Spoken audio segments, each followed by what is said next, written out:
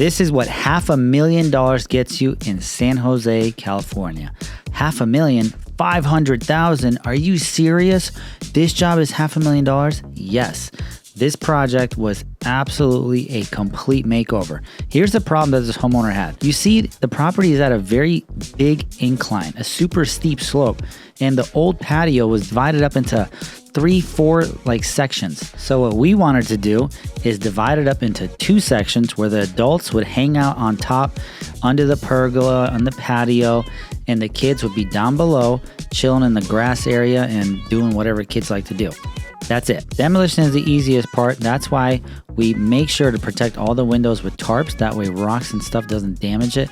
Last thing you want to do is pay for a window. Nobody wants to pay for a window or a broken door. It's very annoying. Having the right machines here obviously was a big help. Getting the excavator, the caterpillar, the ditch witch, getting all those things in there to really clear out the area, make it level, grade everything correctly.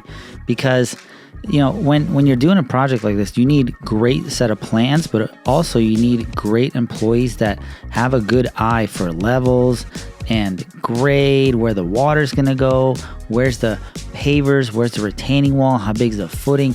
All those things really need to come into place, and you need a great operator. So this big 7x7 pretty much graveyard is a drain pit. All the water from the property is gonna be draining to that area, and making sure the water stays on site versus going into the street and messing with the city's stormwater systems. Big footings. We did 2x2x2 and rebar work, lots of rebar work, and getting everything right and dialed in. How we used to mark everything out is very simple. PVC pipes is the best way to do markings and angles to make sure everything is really flowing smoothly. But a lot of the work here had right angles just to maximize space. And you see that pole. That pole is from the 1950s, and it was a light pole. We really weren't sure if the homeowner wanted it or not, and then we were like, dude, what do we do with this? And he's like, no, get rid of this, I don't want it. And on top, that little wire that you see, that's his internet line, which is a very weird place for the internet line to be. Once we took the light pole out, we were able to dig and install the internet cable in the ground. That way it's not damaged, and obviously nobody wants to be without internet. That would be impossible. People would rather go without water than go without internet. Internet is something that we must have. We must have it now. So now you see a bunch of rebar sticking up. Those rebars are because we already installed the footing.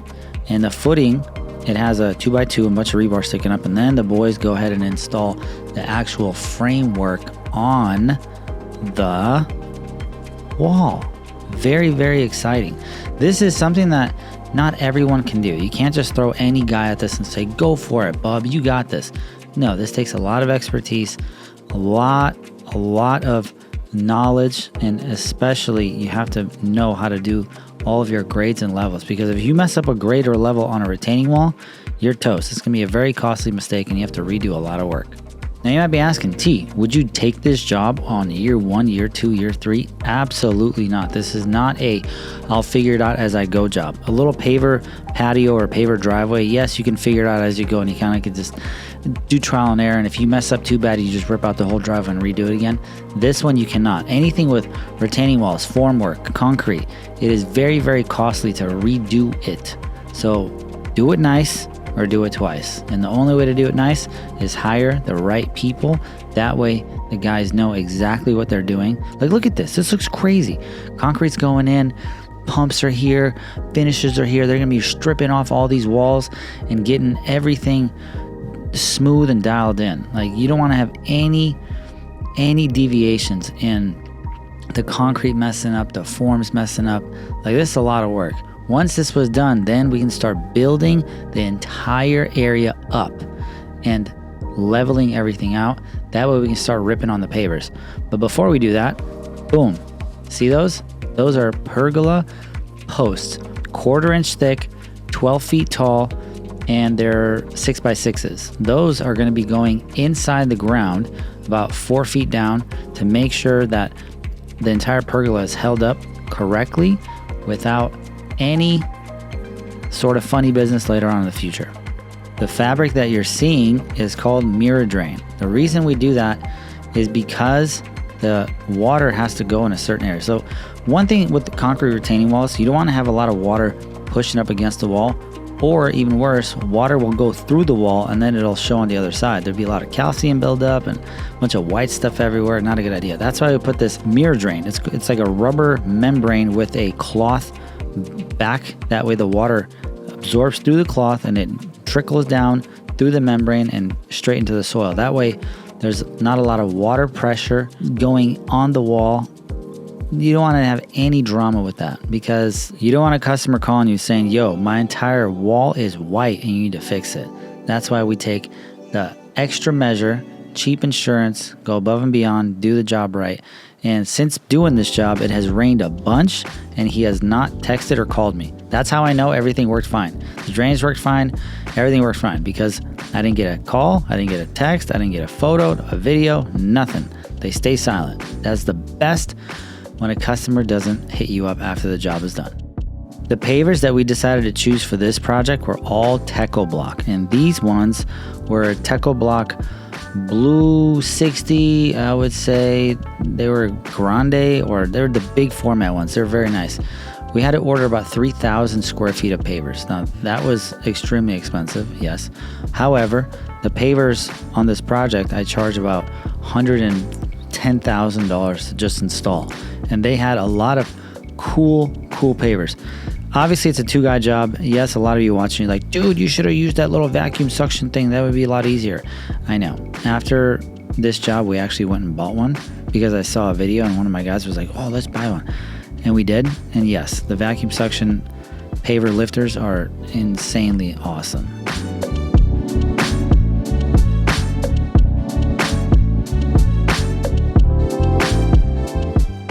And the best part, my opinion, is when the boys needed material, they would just bring it with the actual loader straight to the area where they needed to work, saving a ton of time.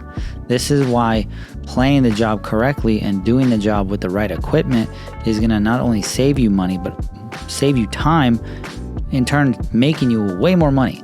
That's the whole goal. Do things with the path of least resistance, the correct way, and making sure it gets done right. Exhibit A right here, plastic on the pavers. Make sure that the plastic is on the pavers, that way there's no drama. These pavers are white. Like, it doesn't matter what you do with them, seal them, not seal them, they're still gonna stain if you are not careful. If it rains and the guys walk with their boots onto the muddy area and then decide to come on the pavers, pavers are toast. Good luck. Customer is going to be mad, you're going to be mad, the guy's going to be spending time cleaning it, and it doesn't even matter if they can clean it. Why take that extra step when you can go buy $200 in plastic and call it a day?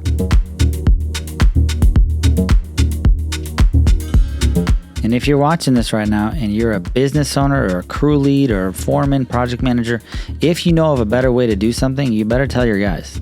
That's the best way to do it. Tell your guys, save time.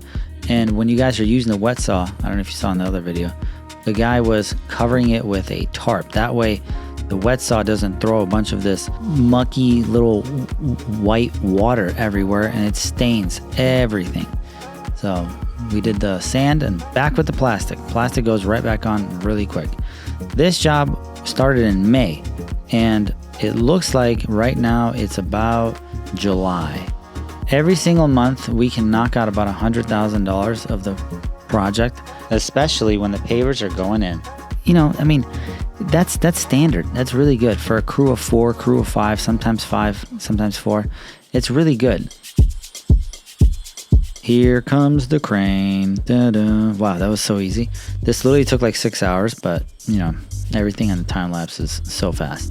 The hot tub got craned in. I had to pay the crane $1,200. It was a very cool show. Super nice equipment. That crane was $1 million. Once the pavers are done, then you see a lot of progress get going. So the pavers we're holding up a lot, but you cannot start anything until you're finished with pavers. That's number one. You got to finish pavers, Once pavers are done, once all the cuts are done, once the sand is in, then you recover with plastic, and then we moved on to the actual pergola. This one was a very large one, but the The way that we set this up, we actually rented one of these scaffoldings and it made life so easy. It was actually quite nice. The funny part about this project, right behind this one where that big tree is, there's a neighbor. And right now, as I speak, we're doing that job and we're about done with that one. So this project was in 2024, and right now in 2025, we're doing another one, a neighbor referral. And because we did such a good job on this one, the neighbor loved us and hired us for her job. And the best part is, the one that we're at right now, right in front of her house, is another neighbor that came and saw the great job we did on both of these projects and said, dude, I want you to do my job too. And I said, perfect. I'll stay here for the whole year. One crew, the whole year, and we'll do all these projects. The material that we decided to choose for the pergola was super high end. This was not like little dinky, half-assed stuff. No knots. This is clear, 100% grade A cedar that's stained with a very clear stain. Just transparent, nothing, no color, nothing. Because the wood is already beautiful. You don't need to do anything. And you just need to put it up, tongue and groove, make sure that it's nailed in to the actual tongue. That way there's no screws in the face. You'd be like, T, why are you even saying that? Well, guess what? I hired another guy before to build me a pergola, and he put screws in the entire face of all the wood, which was a complete nightmare. I don't know why anyone would do that. They would ruin the actual wood. But I've seen it multiple times from different contractors. They come in and they don't know what they're doing, so they just slap stuff together and call it a day. And if your customer is a fine taste, if they have a refined palate, you can always suggest clear cedar. That way you don't have to deal with any kind of knots. I mean, there's no comparison. Knots look good on siding or a wall or some kind of fireplace deal, but I mean, nothing beats clear grade A 100% cedar. And that's what we decided to go with because it's the best option. $10,000 if you're wondering. That's how much it cost me to buy the wood. So if any of you are watching right now, you're like, oh, I could buy that material for $500 where I live in Oklahoma. Okay, guess what? That, for this roof right there, was 10 grand. Watching a project like this and thinking to yourself, dude, I want to be able to do a job like this. I want to be able to figure out how to hire the right employees, whatever it may be. All of that is possible. You just need the right information. Once you have the right information, you can plug and play and everything clicks together. And you'd be surprised how far you can come in a year, 2 years, 3 years, when you look back and you're like, dude, I can't believe my company is here. I can't believe that we know our numbers. I can't believe that all the employees are great. They take responsibility. They take accountability. That is a learned skill. And if you want great employees, you yourself need to be great. And the only way to do that is to increase your knowingness, increase your skills, and get around different people that think differently, and you'll get a very different result, straight up. If you want to invest in yourself, invest in your business, this is the way. Come to one of my classes, come in person, come online, watch a tutorial of how we built this whole pergola. Everything is available all in Goat Gang. Boys, if you're a landscaper, construction guy, whatever you are, join the group. I'm telling you, it is a complete game changer.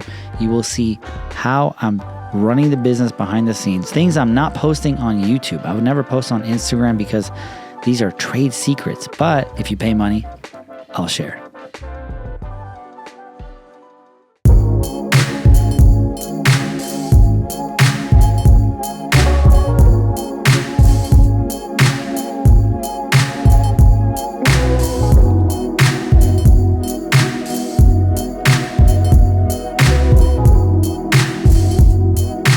We are done with this job. I'm gonna walk you through this little area and go around and show you the pergola.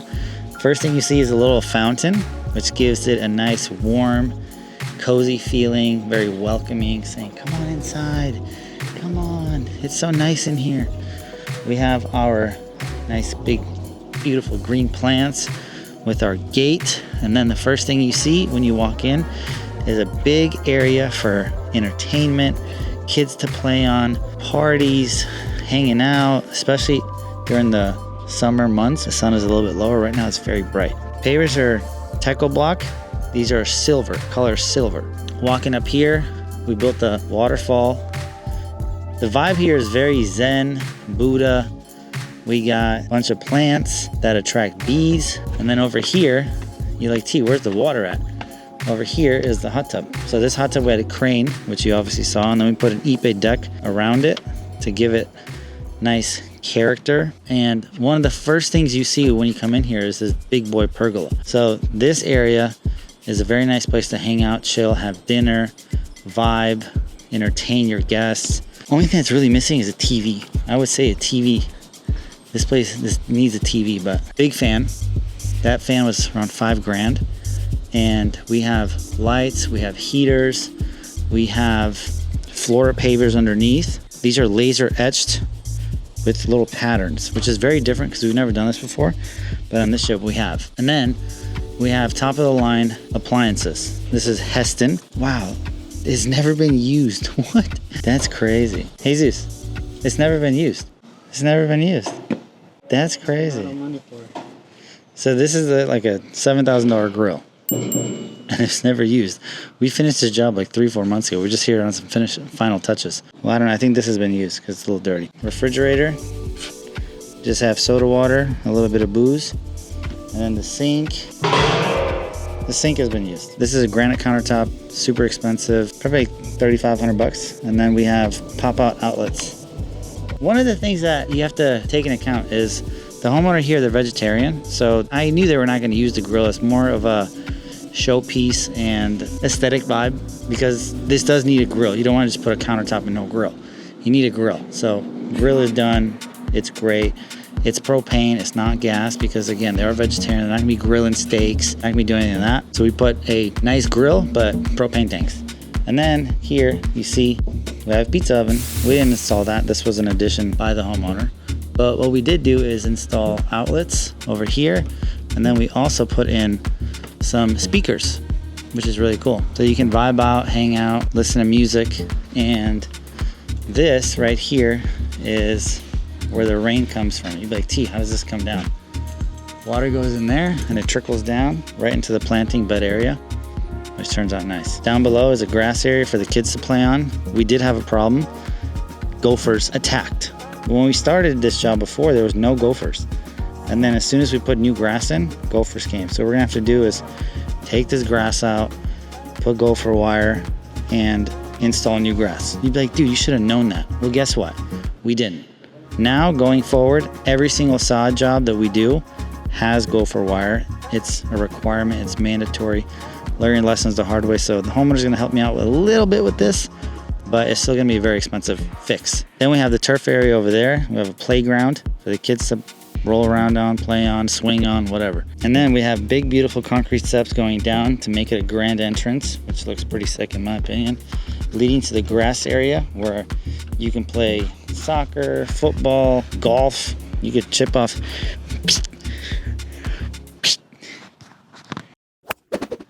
All that kind of stuff.